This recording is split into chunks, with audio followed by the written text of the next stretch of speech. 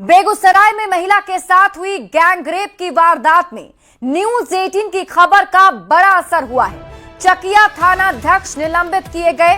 Begusarai Khagaria range के DIG Shailesh Kumar Sinha ने यह बड़ी कार्रवाई की है। दरअसल बेगूसराय में एक महिला के साथ हैवानियत की सारी हदें पार कर देने वाली वारदात हुई। वारदात ऐसी कि दिल्ली में हुए निर्भया रेप कांड की तरह ही आपकी रूह सिहर जाएगी। एक महिला के साथ गैंग रेप के बाद आरोपियों ने उसके प्राइवेट पार्ट में बुलेट और लकड़ी के टुकड़े डाल दिए। यहां महिला के आरोपी केवल ये दरिंदे ही नहीं, बेगूसराय की चकिया पुलिस भी है, क्योंकि पीड़ित का आरोप है कि 11 जून को उसके साथ जब ये वारदात हुई और वो पुलिस के पास एफआईआर दर्ज कराने गई तो पहली बार में उसकी एफआईआर दर्ज नहीं की गई। थाने में मौजूद पदाधिकारियों ने उल्टे डांट फटकार कर उसे वहां से भगा दिया। मामला जब सुर्खियों में आया तब पुलिस अधिकारियों की नींद टूटी। 13 जून को एफआईआर दर्ज की गई और इस मामले में कई और भी खुलासे हो रहे हैं। स्थानीय लोगों का यह भी कहना है कि पीड़ित के साथ हुई ये तीसरी वारदात है। पहले उसके साथ रेप की कोशिश की गई, फिर लूटपाट हुई और अब गैंग रेप। गैंग रेप के बाद हुई बर्बरता के बाद पीड़ित की हालत काफी गंभीर है। घटना की जांच करने और आरोपियों की गिरफ्तारी का भरोसा दिया गया है। दोषी पुलिसकर्मियों के खिलाफ कार्रवाई की बात भी कही गई, लेकिन यहां केवल जांच का आश्वासन काफी नहीं है। पुलिस पर जो आरोप लगे हैं उसके बाद सवाल तो उठेंगे कि आखिर इन दरिंदों पर पुलिस इतनी मेहरबान क्यों है?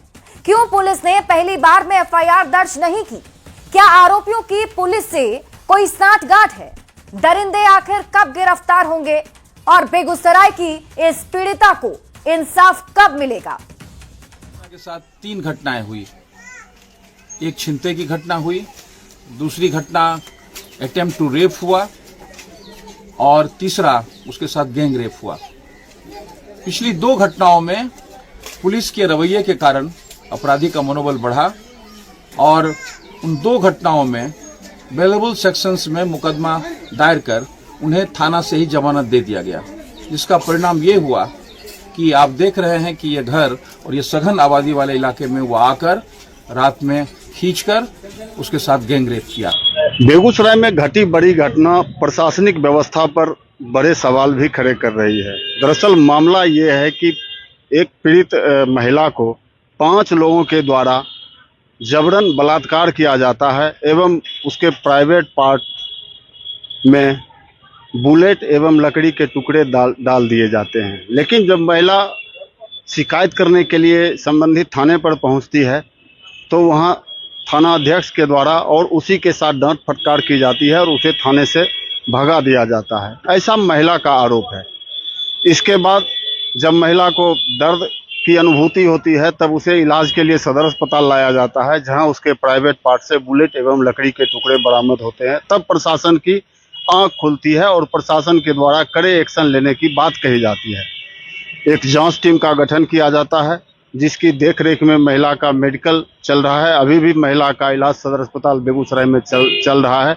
लेकिन यहाँ सबसे बड़ा सवाल ये उठ रहा है कि आखिर ऐसी घटना बार बार क्यों सामने आ रही है? क्योंकि जिस महिला जो महिला है, पीड़ित महिला, उसका कहना है कि 3 माह पूर्व भी उसके साथ आरोपियों के द्वारा ही बलात्कार करने की कोशिश की गई थी, लेकिन वो किसी तरह बच गई। हाल के दिनों में 5 दिन 11 जून को जो है महिला के साथ बलात्कार किया जाता है और जब महिला थाने में रपट लिखाने जाती है तो वहां से उसे भगा दिया जाता है। फिलहाल अभी तक जिला प्रशासन के हाथ बिल्कुल खाली हैं और इस मामले में किसी की भी गिरफ्तारी नहीं हो सकी है। हालांकि पुलिस के द्वारा दावा किया जा रहा है कि छापेमारी जारी है, जो भी आरोपी हैं उनको चिन्हित कर लिया जाएगा और जल्द ही उनकी गिरफ्तारी भी कर ली जाएगी। लेकिन कहीं न कहीं ये एक सवाल उठ रहा है कि चकिया थाने के जो पदाधिकारी हैं उन पर अभी तक कोई कार्रवाई नहीं की गई है और न ही किसी की गिरफ्तारी हो पाई है। तो ऐसे में वरीय पदाधिकारी भी सवालों के घेरे में हैं। संतोष कुमार, न्यूज 18 बेगूसराय। और हमारे साथ न्यूज 18 संवाददाता संतोष कुमार अधिक जानकारी के साथ फोन लाइन पर जुड़ चुके हैं। संतोष, थाना अध्यक्ष को भले ही निलंबित किया गया हो, लेकिन ये बस इस कार्रवाई से क्या मामले को रफा दफा करने की कोशिश है? जी बिल्कुल, ऐसा हम लोग कह सकते हैं, क्योंकि जिस तरह से इस वारदात को अंजाम दिया गया और जितना भयानक ये वारदात था, उसके बाद अगर सिर्फ थाना प्रभारी को निलंबित करने के बाद प्रशासन अपना पल्ला झाड़ रही है, तो ऐसा कहा जा सकता है कहीं न कहीं इस मामले तूल पकड़ते मामले को दबाने की कोशिश की जा रही है। लेकिन पुलिस के द्वारा अभी ये कहा जा रहा है कि जल्द ही अपराधियों की गिरफ्तारी कर ली जाएगी, लेकिन कब, ये सबसे बड़ा सवाल है, क्योंकि लगभग 11 जून को इस घटना को अंजाम दिया जाता है, 13 जून को FIR दर्ज की जाती है और अब तक उसकी गिरफ्तारी नहीं हो सकी, जबकि महिला जिंदगी और मौत से जूझ रही है। ऐसे में ये कहा जा सकता है कि अगर पुलिस इन आरोपियों को गिरफ्तार नहीं कर पा रही है, तो कहीं न कहीं उन्हें बचाने की कोशिश तो जरूर की जा रही है, क्योंकि 3 माह पूर्व भी ऐसी घटना को अंजाम देने की कोशिश की गई थी, जिसके बाद पीड़िता के द्वारा आवेदन दिया गया था, लेकिन पुलिस ने गंभीरता नहीं दिखाई। तो कहीं न कहीं एक सवाल जरूर खड़ा हो रहा है। संतोष, क्या इन आरोपियों की अब तक पहचान हो पाई है? क्योंकि पहले से ये लगातार पीड़िता को परेशान कर रहे हैं, तो क्या नामजद FIR है, आरोपी की पहचान हुई है? जी, पुलिस के द्वारा ये दावा किया जा रहा है कि जितने भी आरोपी थे, 5 आरोपियों की बात कही जा रही है, उन्हें चिन्हित कर लिया गया है और जल्दी गिरफ्तारी ली जाएगी। हालांकि अभी जांच पड़ताल की वजह से आरोपियों के नाम जो है उन्हें सार्वजनिक नहीं किया जा रहा है, लेकिन जल्द ही उन्हें सार्वजनिक भी कर दिया जाएगा। अब देखने वाली बात ये होगी कि कब तक पुलिस के द्वारा इन आरोपियों की गिरफ्तारी की जाती है, जिससे कि पुलिस की साख भी बची रहे।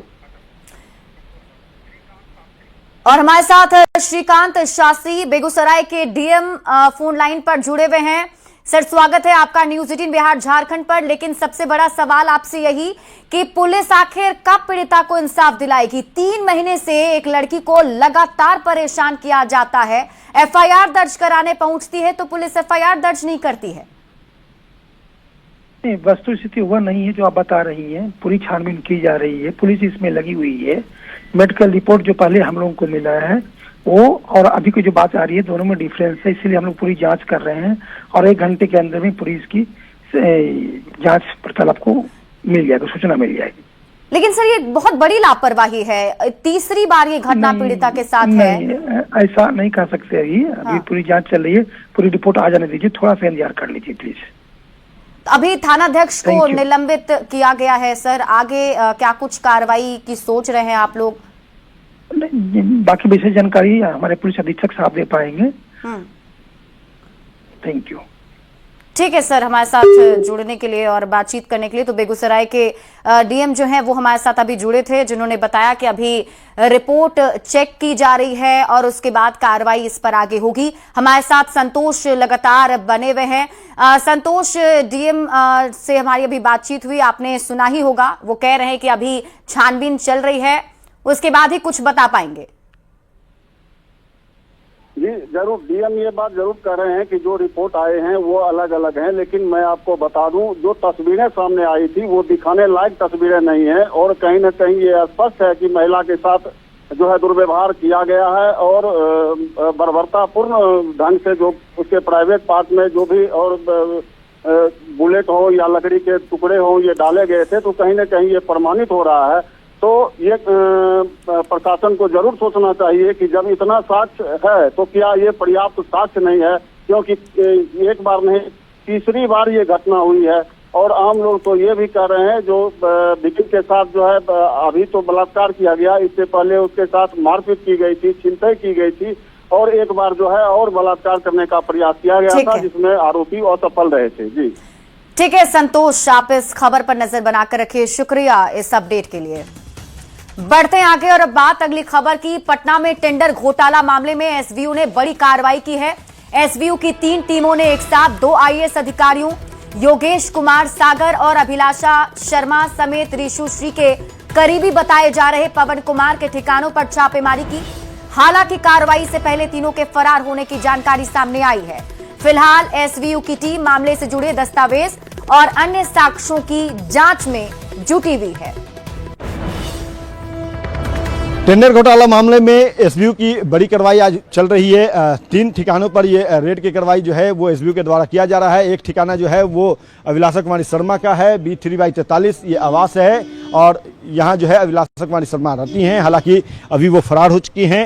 एसबीयू की जो टीम पहुंची तो उनकी मुलाकात नहीं हो पाई अभिलाषा कुमारी शर्मा से। दूसरा जो है वो योगेंद्र कुमार सागर गर्दनी बाग में उनका जो सरकारी आवास है वहाँ भी एसबीयू की टीम पहुंची हुई है। और तीसरा जो आरोपी है पवन कुमार, उनके जो है कृष्ण विहार कॉलोनी स्थित जो मकान है उनका निजी आवास, वहाँ पे जो है छापेमारी करने के लिए एसबीयू की टीम पहुंची है। और बताते चले कि योगेश कुमार सागर और अभिलाषा कुमारी शर्मा को बिहार सरकार ने निलंबित कर दिया है। भ्रष्टाचार से जुड़े जो आरोप लगे हैं उन पर, टेंडर घोटाले में ऋषु श्री और उनकी कंपनी, उनके जो सिंडिकेट है उससे जुड़े होने का आरोप लगा है, लाभ पहुंचाने का आरोप लगा है और खुद भी महंगे गिफ्ट्स लेने के साथ साथ जो है लाखों के बागवानी कराने का आरोप लगा है।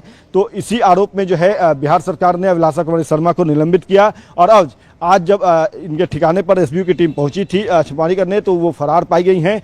हालांकि लगातार एसबीयू की जो जांच है वो चल रही है। दूसरी तरफ बताते चले कि ऋषु श्री जो है वो इस पूरे टेंडर घोटाले मामले का किंगपिन है। उससे पिछले 3 दिनों से पूछताछ हो रही है। आज भी एसबीयू कार्यालय में जो है वो पूछताछ शुरू हो चुकी है। कल आखिरी दिन है, 5 दिन का ट्रांजिट रिमांड मिला है एसबीयू को। और लगातार जो ऋषु श्री से पूछताछ किया गया, जो सर्च अभियान जो है वो पवन कुमार के ठिकाने पर चल रही है। योगेंद्र कुमार सागर के ठिकाने पर जो है वो सर्च अभियान जो है वो की गई है। कैमरा पर्सन मनीष जिनेजा के साथ अमित कुमार, न्यूज 18 पटना। तो टेंडर घोटाला मामले में सरकारी बाबुओं पर लगातार शिकंजा कसता जा रहा है और इसी कड़ी में एसबीयू ने पटना में श्री कृष्ण विहार कॉलोनी स्थित शांति कुंज आवासीय परिसर में भी दबिश दी है। यह आवास एक निजी कंपनी के निदेशक आरोपी पवन कुमार का है।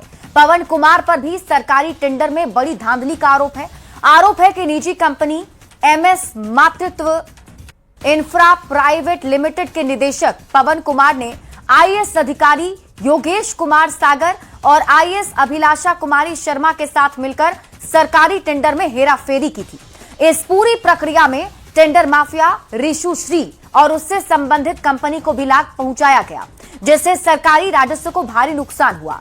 निगरानी के विशेष कोर्ट से जारी तलाशी वारंट के आधार पर एसबीयू की टीम ने यह छापेमारी की है। मौजूद हैं बेउर के श्री कृष्ण विहार कॉलोनी में और यहाँ ऋषु श्री के मामले में पवन कुमार जो डायरेक्टर हैं एक कंपनी के, और उसी के यहाँ छापेमारी चल रही है और यहाँ जो विशेष निगरानी की टीम है वो पहुंची हुई है और अंदर में पूरी जांच कर रही है, हर तरह से जांच कर रही है। इसके डायरेक्टर हैं और इंजीनियर भी हैं। तो इस मामले में छापेमारी चल रही है ऋषु सिंह के मामले में और इनका उसी नाम से आया था और उसी को लेकर के इनके यहाँ छापेमारी की गई है। विशेष निगरानी की टीम सुबह पहुंची थी और लगातार जो है अभी छापेमारी कर रही है और ये पवन कुमार का मकान है, उसी में ये छापेमारी हो रही है। यहाँ पे जो स्थानीय हैं उनसे बात कर लेते हैं। किसका ये मकान है? पवन कुमार का है। तो कब से टीम आई हुई है? टीम तो अभी सुबह आई। सुबह सुनने मारा ऋषु श्री के मामले में जो है वही मामले में बताया, हमसे पूछे कि किसमें है तो बोले कि उन्हीं के मामला ऋषु श्री, ये डायरेक्टर थे कंपनी के डायरेक्टर, उन्हीं के यहाँ चल रहा है। तो ये जो है जब से टीम आई है तो कुछ खोजी है?